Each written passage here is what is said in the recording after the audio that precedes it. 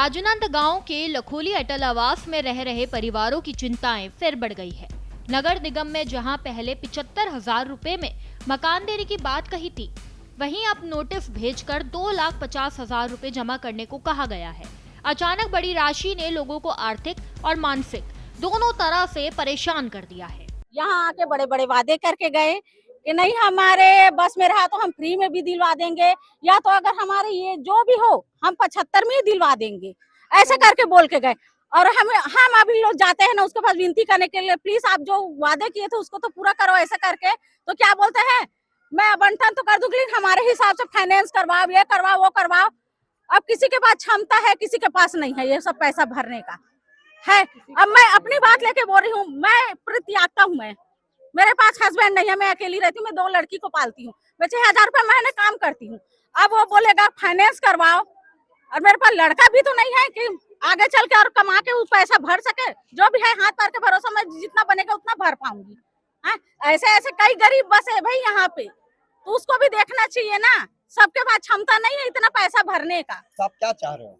हम लोग चाह रहे हैं कि हमारे बजट में वो हमको ये मकान दिलवा दे। हमारे बजट 75,000 की है। उस नोटिस में क्या लिखा है और आप लोग आज क्यों बैठे हैं? हम निगम प्रशासन से ये बोलने के लिए बैठे हैं कि हमें 75,000 में घर दीजिए। आज से नहीं, हम लोग ये 4 साल से इस घर के लिए लड़ रहे हैं।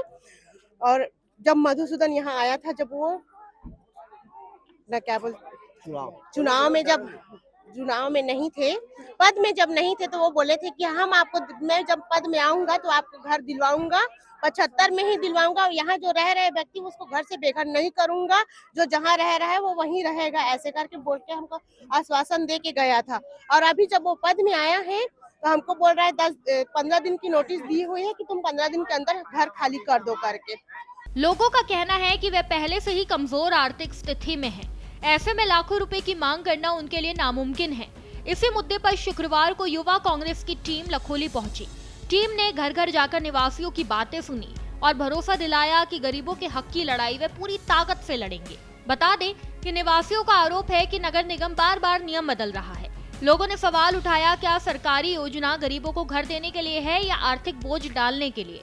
युवा कांग्रेस ने साफ कहा है, अगर नोटिस वापस नहीं लिया गया तो आंदोलन तेज किया जाएगा। चुनाव के समय मधुसूदन यादव का एक वीडियो इनके पास है, जिन लोगों ने बताया है कि मधुसूदन यादव ने कहा है कि आप मुझे चुनाव जिताइए, आज मैं किसी पद में नहीं हूं, मैं चुनाव जीतने के बाद ये घर आपको 70,000 रुपए में आवंटित कर दूंगा, या मैं मुख्यमंत्री से बात करके फ्री में आवंटित करा दूंगा।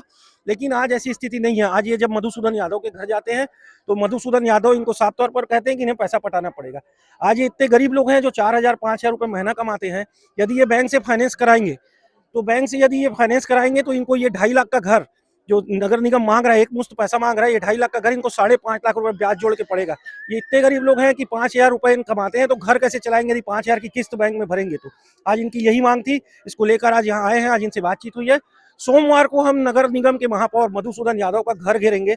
सुबह 10 बजे ये सारे लोग वहाँ आ रहे हैं और मधुसूदन से क्वेश्चन किया जाएगा कि आपने चुनाव जीतने के लिए झूठा वादा क्यों किया जब आप ये सब नहीं कर सकते थे। निगम का ऐसा कहना है कि जिन लोगों को अलॉट हुआ उनके स्थान पर कोई दूसरा रह रहा है, तो क्या ये अतिक्रमण नहीं है? ठीक है, ऐसा है, यदि ऐसा है तो नगर निगम इसको स्पष्ट करे कि ये अतिक्रमण है। लेकिन जो लोगों के नाम से आवंटित हुआ है या जिन लोगों को देना है, जितने गरीब परिवार हैं, वो लोग को आवंटित करें, एक निश्चित राशि तय करे नगर निगम कि हाँ इतना रुपए महीना देंगे। क्या नगर निगम बड़े कॉलोनाइजरों को ही बस छूट देने के काम करता है कि कोई अवैध अतिक्रमण कर लेता है या अवैध कॉलोनी बना लेता है तो नगर निगम उसे शुल्क पटवा के उस कॉलोनी को वैध घोषित कर देता है? और गरीबों के साथ कौन खड़ा रहेगा? नगर निगम को इस ओर संज्ञान लेना पड़ेगा, नहीं तो बड़ा से बड़ा उग्र आंदोलन होगा। युवा कांग्रेस ने सोमवार को महापौर कार्यालय घेराव करने का भी ऐलान किया है। अब देखना होगा कि निगम इस विवाद पर क्या निर्णय लेता है और गरीब परिवारों को राहत मिलती है या नहीं। भारत एक्सप्रेस के लिए राजनांदगांव से नेमिश अग्रवाल की रिपोर्ट।